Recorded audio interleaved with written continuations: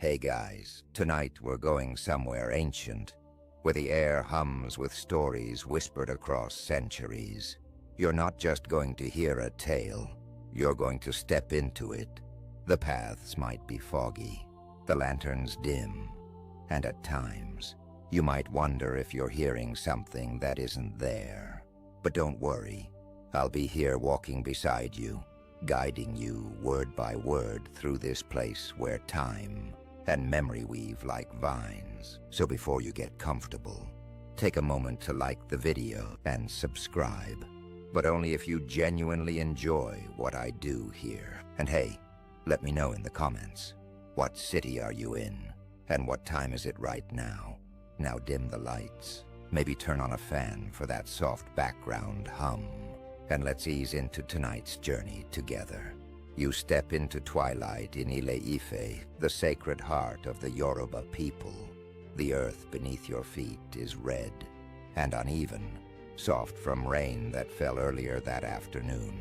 The scent of damp soil, faint incense, and something herbal lingers in the air. Shadows stretch across the village paths, as if inviting you further in.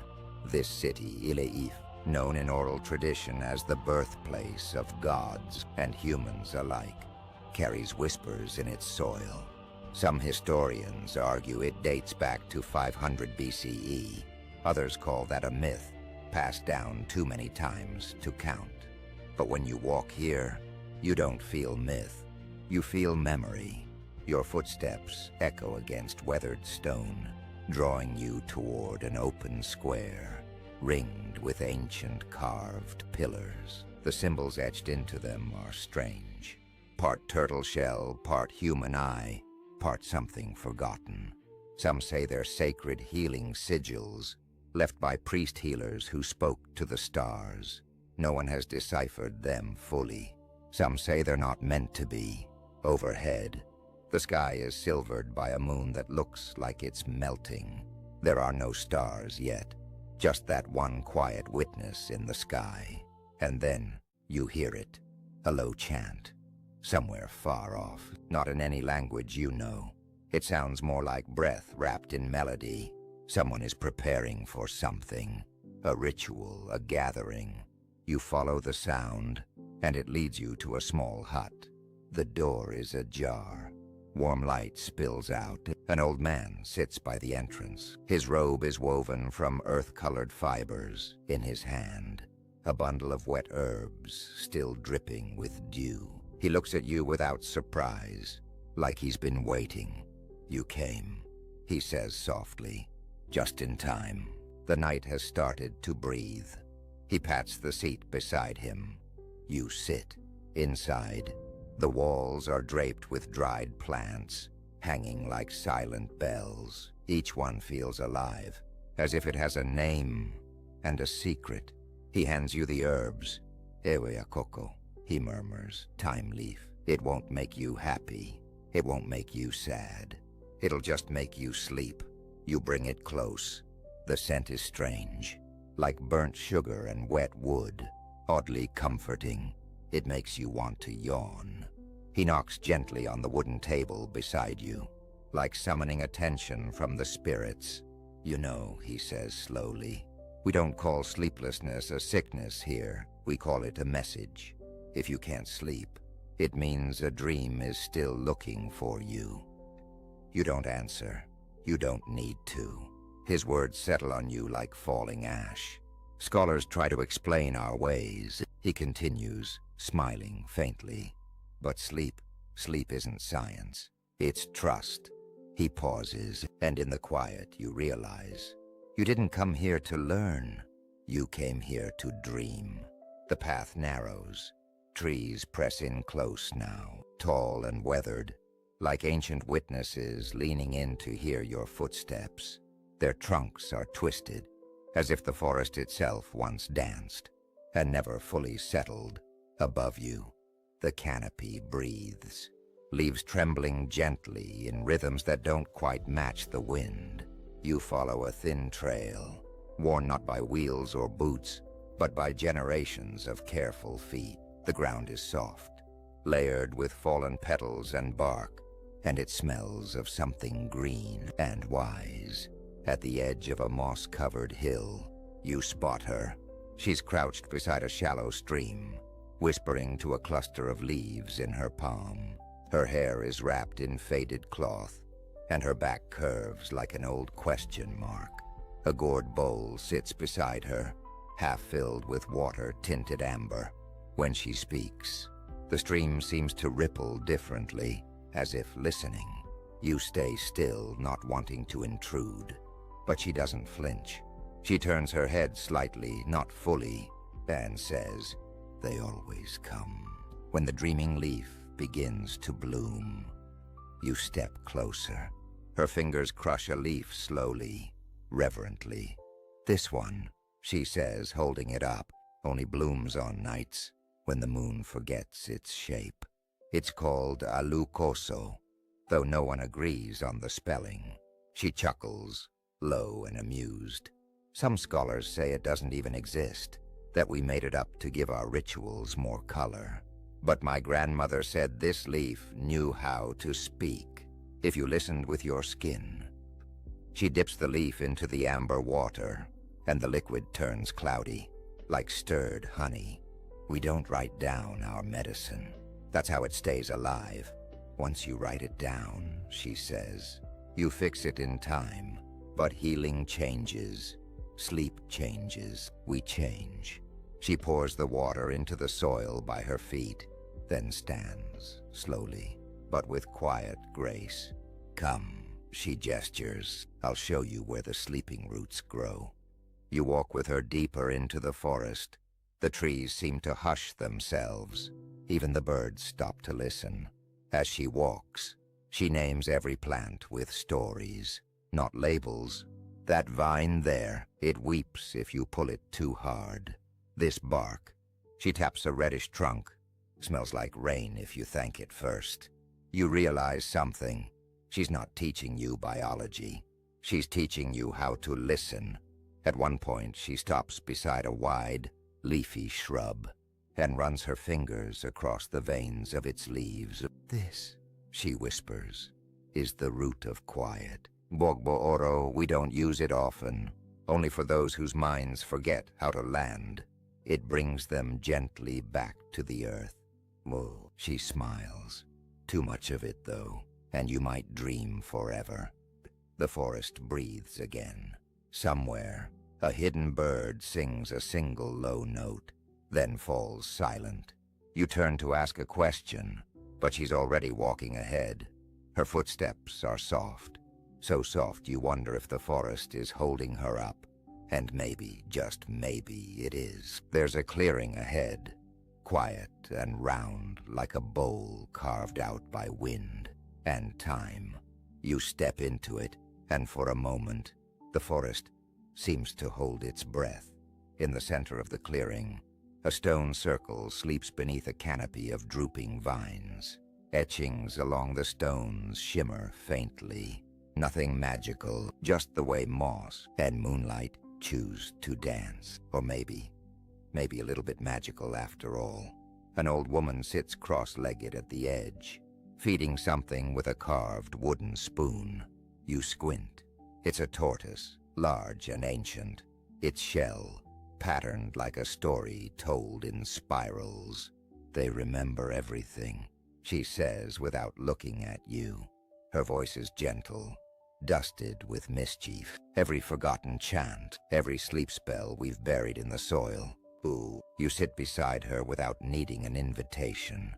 "They say," she continues, "that the tortoise once made a pact with the dream world, traded its speed for memory. Now it carries the old dreams on its back." She pauses to let the tortoise nibble from the spoon. The mixture smells faintly of herbs and roasted yam. Of course, modern historians argue this is just folklore, that tortoises can't hold dreams or memories. But have they ever asked a tortoise? She chuckles. You can't help but smile.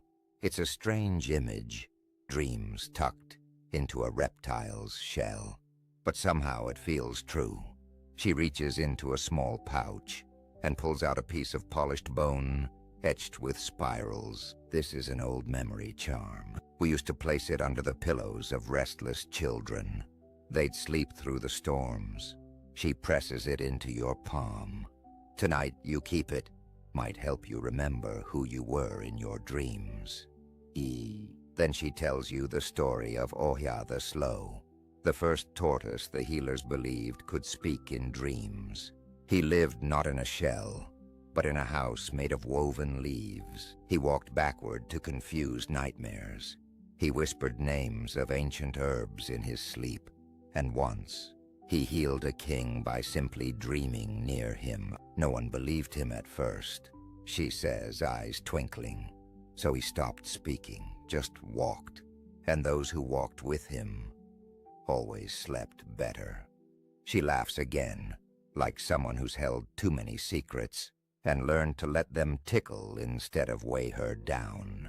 The tortoise crawls past your feet, pausing for a moment. You swear, just for a heartbeat.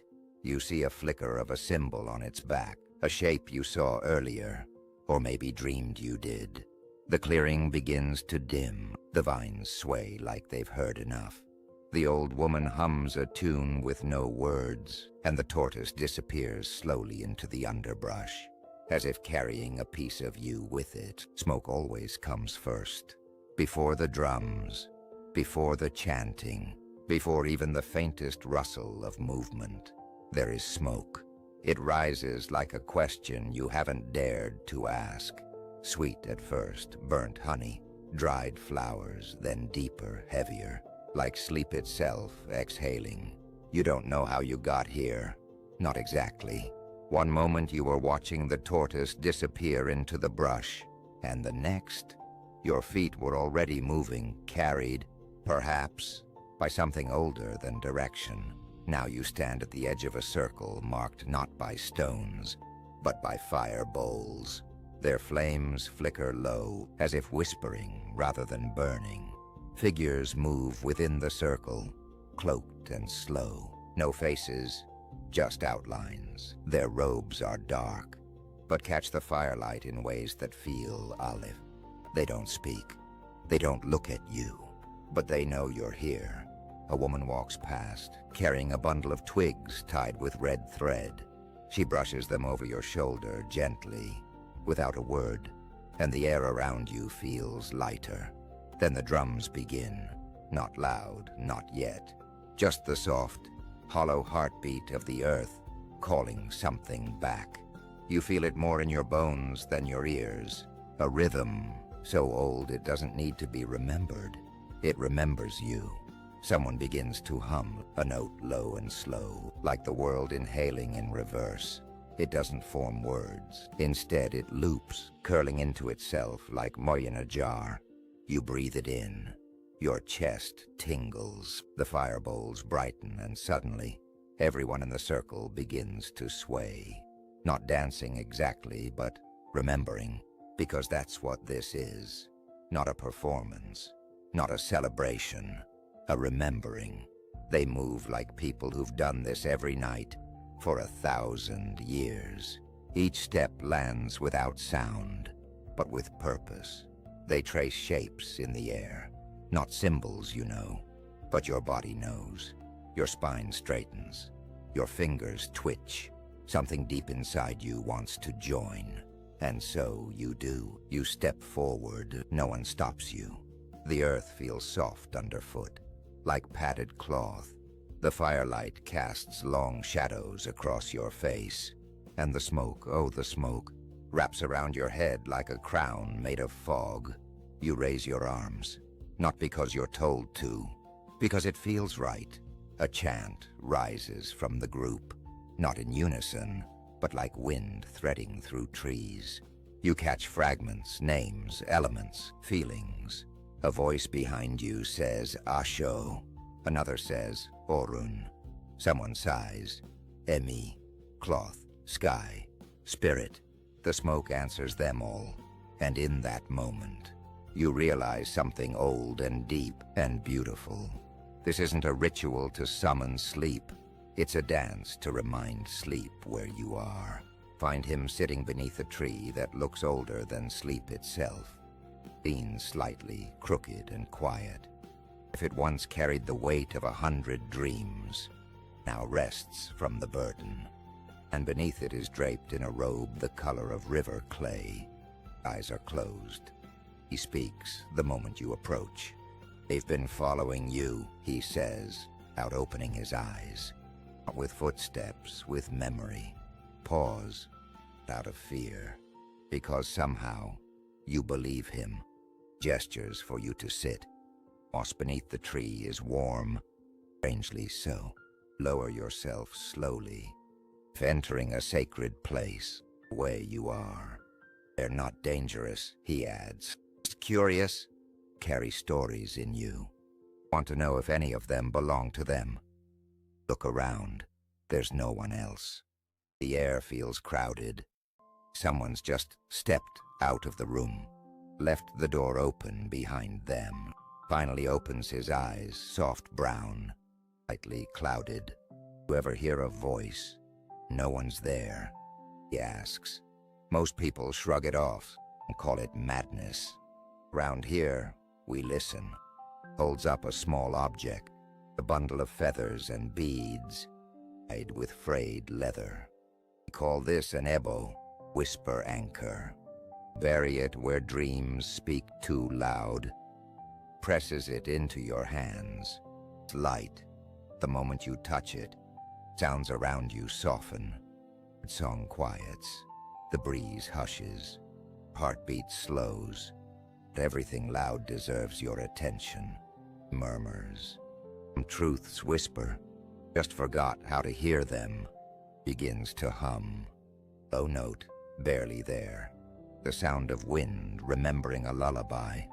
Close your eyes. Then, you hear them. Words exactly, not voices. Thing between thought and sound. Slippery. The breeze trying to tell you someone's name. Name you almost remember. Nods slowly. That's them. Ghosts. Not ancestors. Just echoes. Conversations in the roots. Whisper. What do they want? Smiles gently. To rest. To them just want to know someone heard them before they fade. Leans back against the tree again. Bark welcomes him like an old friend. Realize he's not just speaking to the spirits. Speaking for them. Close your eyes again. Holding the whisper anchor close. You don't understand everything. You understand enough. For now, it's all you need to fall asleep. The room is small, windowless, and dimly lit by oil lamps that flicker like uncertain thoughts. You step inside, and the temperature changes, cooler, stiller, as if even time has paused here. At the center of the room sits a wooden pedestal, and on it rests a mask. It's not ornate. In fact, it looks almost plain, carved from dark wood, with lines that echo neither man nor beast. The eyes are hollow but deep, like they're meant to see inward instead of out. A woman stands beside the pedestal. Her robes shimmer slightly, though you're not sure if it's the fabric or the way she moves. She nods to the mask. It doesn't show you what you want, she says, her voice calm and even. It shows you what you've already forgot. This, you take a step closer. She adds, most who wear it don't fall asleep. They fall inward. She picks it up and hands it to you. It's heavier than it looked, and the moment it touches your palm, your fingertips tingle, like touching a memory that's not yours. She helps you place it over your face, and for a moment, everything vanishes. No sound, no light, not even breath. Then images. They come not like dreams, but like memories that have been waiting behind a door. You see hands grinding herbs in a bowl, a pair of sandals resting near a river, a child laughing, surrounded by smoke from a fire. Someone singing, not to you, but as you. You're not watching these things. You are them. You feel the ache in your back from years of carrying water. You taste something bitter on your tongue, a root perhaps, or regret.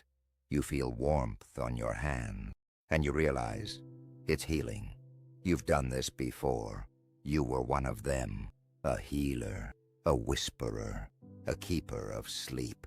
The mask tightens, not painfully, but like it's asking you, do you remember now? You nod, or maybe your spirit does, and slowly the images begin to fade, not gone, but tucked gently back into the folds of your soul, like folded linens stored for another night. You remove the mask. The woman is still there, watching. She smiles, not proud, not surprised, just soft, like someone who's seen this happen 1,000 times. You remembered just enough, she says.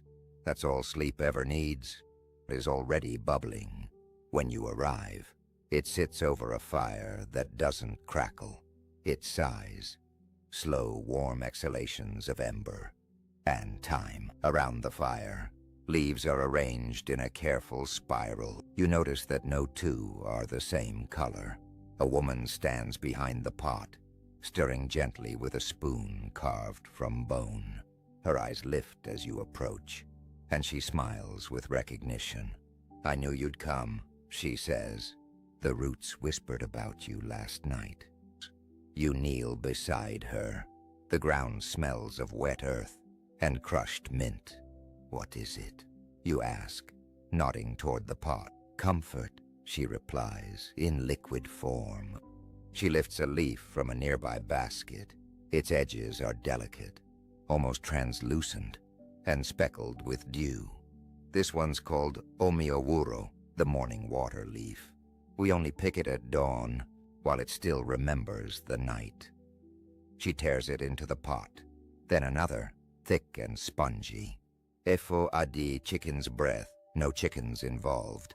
It just smells like one after the rain. She laughs softly, and so do you. It's that kind of laughter that belongs to early mornings and half dreams. There's a rhythm to it, she says, still stirring. You don't just boil, you listen. The leaves tell you when they're ready. You listen too, not just with your ears, but with your skin, your breath. You hear the pot hum. You feel the air thicken. Something is happening. She lifts the spoon and lets a few drops fall onto the back of her hand. Then yours. The warmth spreads instantly, not just through your skin, but into your chest, like you've swallowed a sigh. Sleep isn't about escaping, she says. It's about coming home. She hands you a carved bowl and fills it. The liquid is golden brown and smells like wood smoke and lemon peel.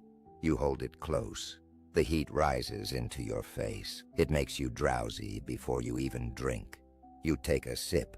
It tastes quiet, not bland, not bitter, just soft, like a blanket woven from memory. The second sip is deeper, and the third is somewhere between drinking and dreaming. You look up, eyes heavy, and see her watching you. She leans in. There's a reason we don't sell this in markets. You smile, because it's sacred. She shakes her head, teasing, because no one would stay awake long enough to pay. The melody reaches you before the words do. It drifts on the air like a feather that forgot it was falling. Soft, repetitive, almost circular, like a song that's never supposed to end. You follow it, each step slower than the last, as if your body understands this is not a place to rush. The singing comes from a hut, open to the sky. Inside there's no furniture, just mats, herbs drying on strings, and a few women sitting in a loose circle. One of them rocks gently, cradling a bundle in her arms. She isn't singing to the baby, not really. She's singing to the air around the baby, to the dreams that linger nearby, listening. Yin yin, someone murmurs beside you, a word with no direct translation. It means hush, but more than that. It means You are safe now. You sit beside the doorway, careful not to interrupt. The song continues. It doesn't rhyme. It doesn't build to anything. It flows like water over smooth stone. Another woman speaks without breaking rhythm. Every village had its own lullaby, not written, not passed by book, only voice to voice. She looks at you. Ours is old, older than fear. You listen closer. The words are simple. Sleep now, little dreamer. The leaves have shut their eyes. The sky is full of secrets, but none will pass you by. It's the kind of lullaby that feels like it was born in the throat, not the mind. The women begin adding harmonies, not perfectly, but tenderly. Each voice slips under the next, like threads in a blanket. One begins to hum a low tone that sounds almost like a purr. Your shoulders soften, your breath slows, and something in you begins to unwind. Do you know, one woman says gently, that lullabies were used to carry prayers? You blink. Prayers? She nods, not to gods, to memory, to say, don't forget this child, don't forget who they are.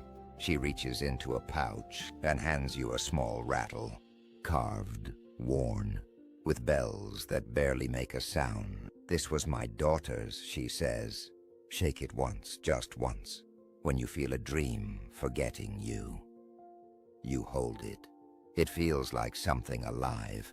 The lullaby fades, not with an ending, but by dissolving, like mist, like breath, like memory. And long after the voices go quiet, the silence they leave behind continues to sing.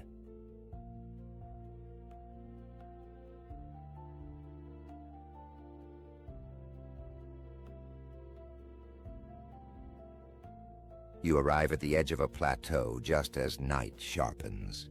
Above you, the stars are not twinkling. They're watching. They hang in rigid constellations, old patterns traced by countless eyes before yours. Someone once said stars are the holes the ancestors poked in the sky to let light through. You're beginning to believe them. In the center of the plateau lies a massive stone slab, cracked down the middle like an unfinished sentence. Its surface is covered in carvings, spirals, lines, dots, so numerous and overlapping they seem to shift as you move. A man stands beside it, holding a bowl of chalky dust. He nods at you. You're late, but the stars waited. You apologize without words. He gestures for you to sit. This stone, he begins, records dreams, not stories, not names, just what people saw while they slept.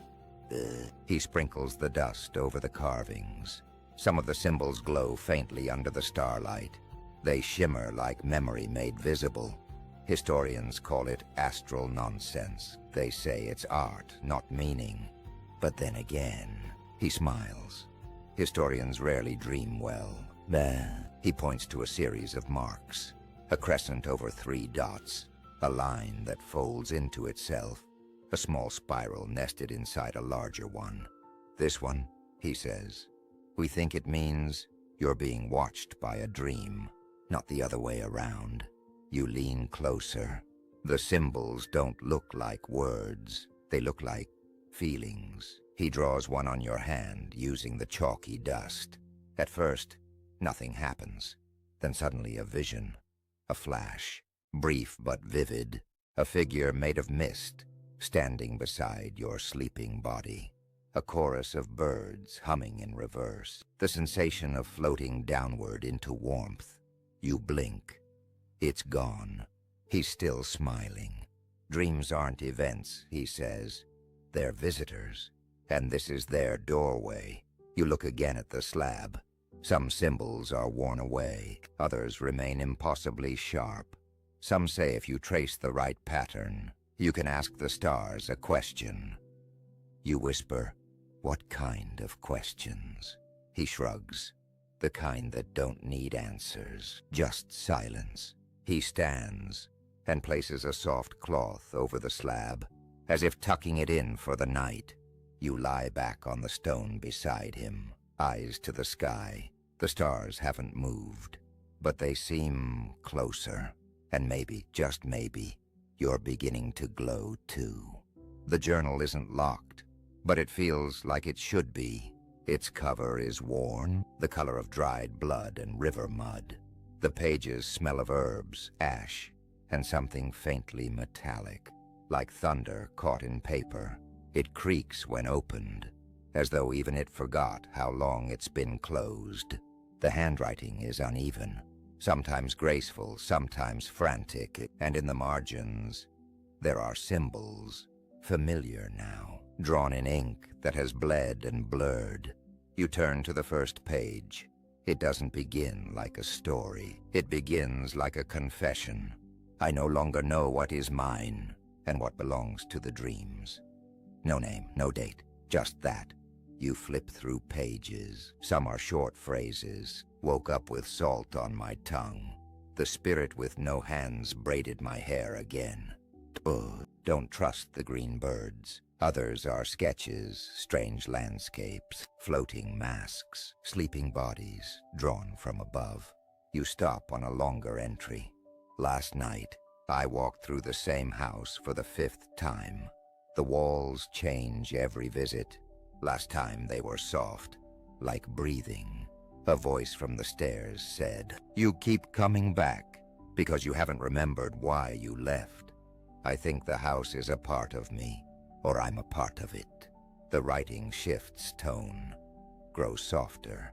When I chant the leaf songs, I feel the dreams listening, not with ears, with memory. I sang for a woman who hadn't slept in 3 years. She smiled in her sleep. I wept. You close the book gently, but a loose page slips out. It's not ink. It's burnt text. Faint letters scorched into bark. The language is ancient, but something about it feels personal. You run your fingers across the charred edge and hear, faintly, a voice not in your ears, but inside your chest. It says one thing: sleep is the body's way of remembering the soul. You sit with the journal for a while. It's not a storybook. It's a mirror. And in its uneven, unfinished pages, you see someone who, like you, is trying to hold on to both sleep and self at the same time. You hear it before you see it. A soft chime. Not music, more like a whisper in metal. It doesn't repeat. It simply appears like a memory triggered by scent. You follow the sound.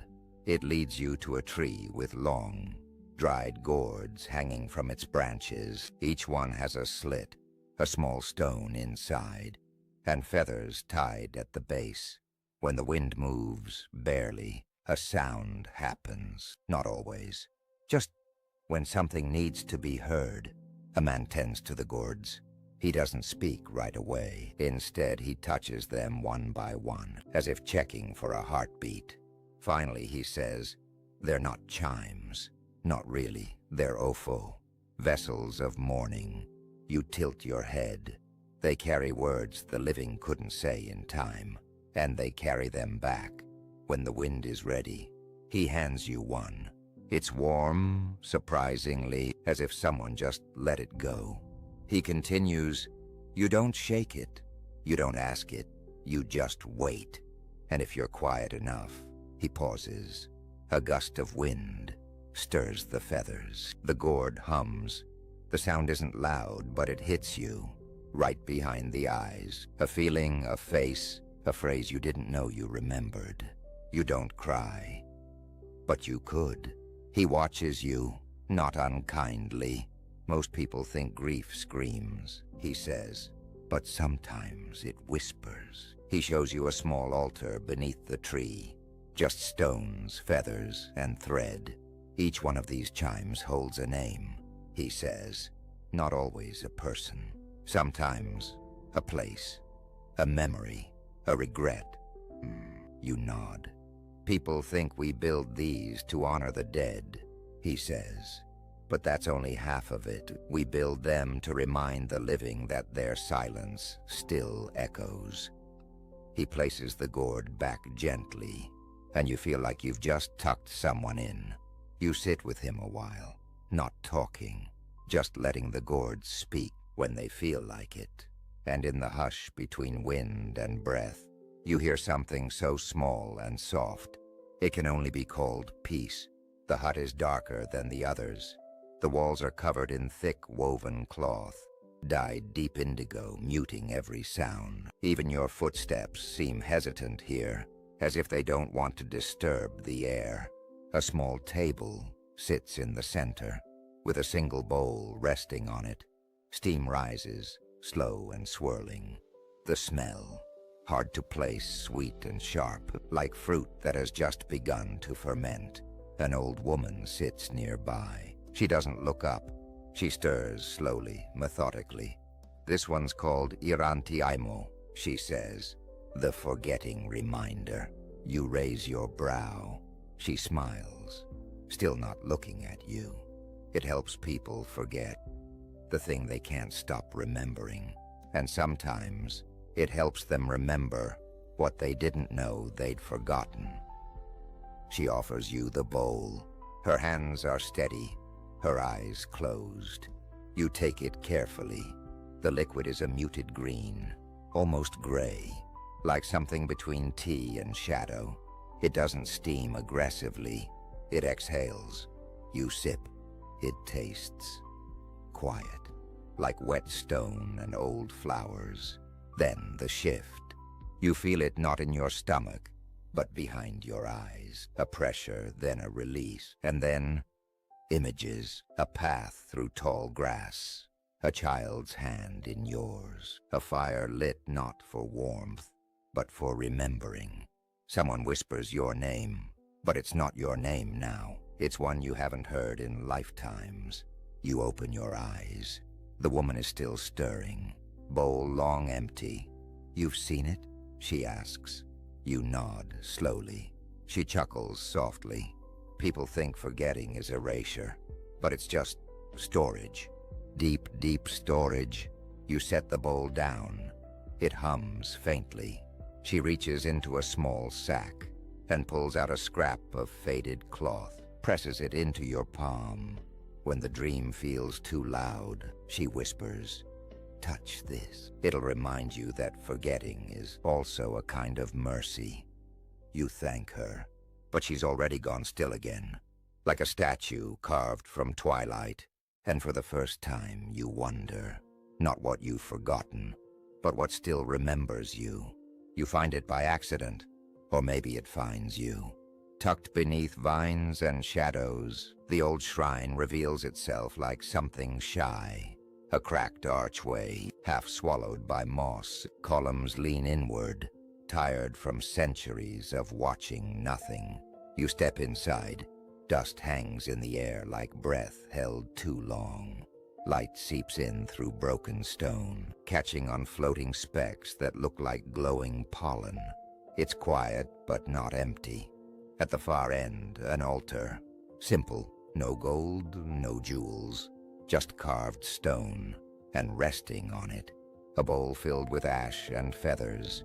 You move closer, your steps muffled by the carpet of fallen leaves. A presence hums in the silence. Not a voice, not a spirit, a presence. It doesn't greet you. It doesn't demand. It just is. You kneel. Something old, older than speech, settles into your chest. A pressure, yes, but gentle, like a palm placed over your heartbeat. Not to stop it, but to understand it. You place your hand near the bowl. The ash stirs slightly. Feathers shifting like breath. In that moment, a memory returns, not yours. You see a healer hundreds of years ago, kneeling in the same spot.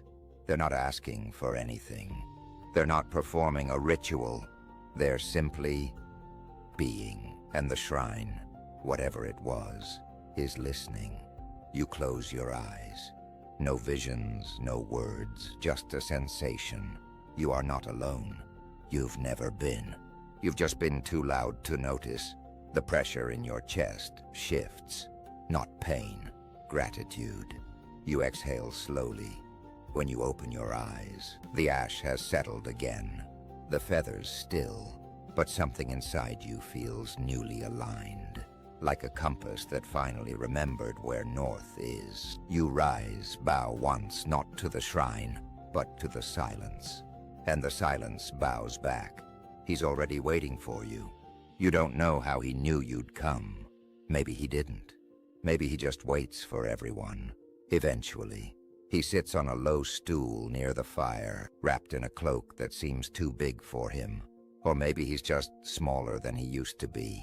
A lantern flickers beside him, more shadow than light.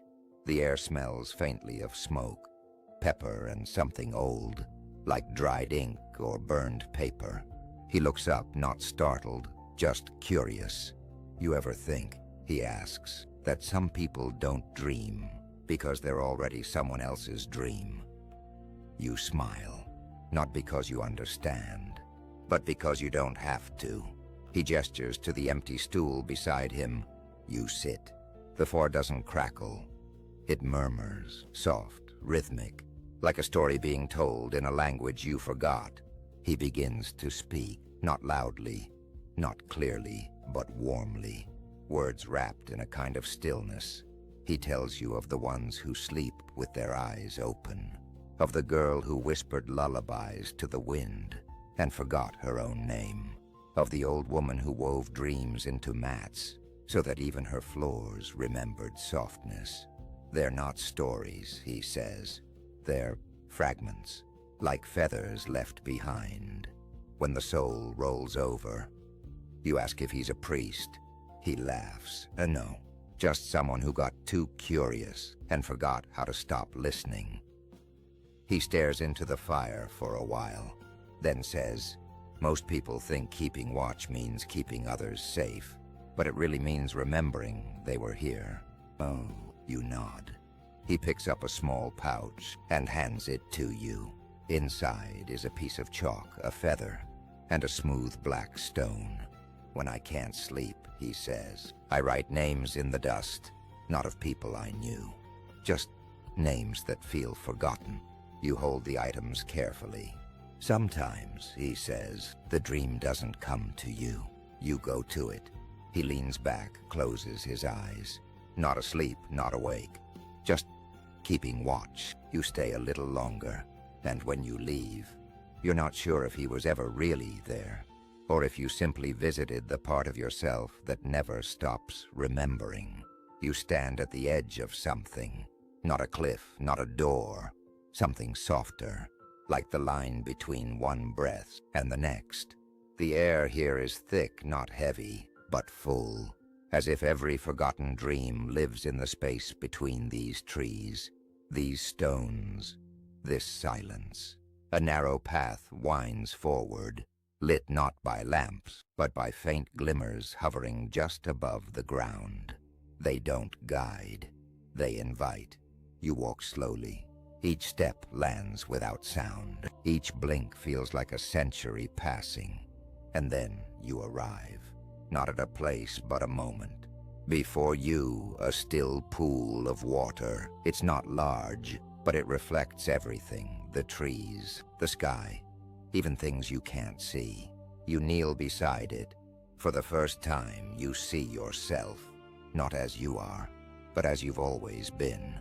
A keeper of stories, a vessel of echoes, a home for sleep. You close your eyes, and in the quiet that follows, something meets you. Not a voice, not a figure, just warmth. Like arms wrapping around your spirit, a sense of permission to let go, to rest, to begin again.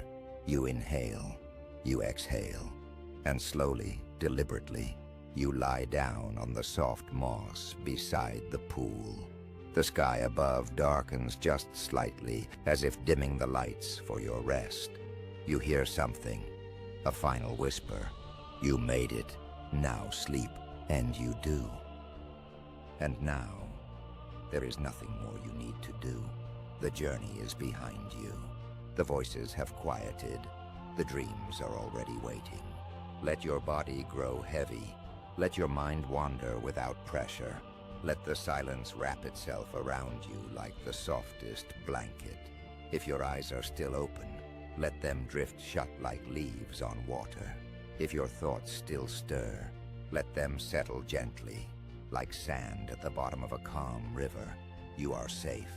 You are seen. You are deeply, deeply welcome here. Sleep doesn't have to be earned. It only needs to be accepted. So breathe, dear one. And as you do, know that I'll be here again tomorrow night, waiting, watching the stars, whispering your name.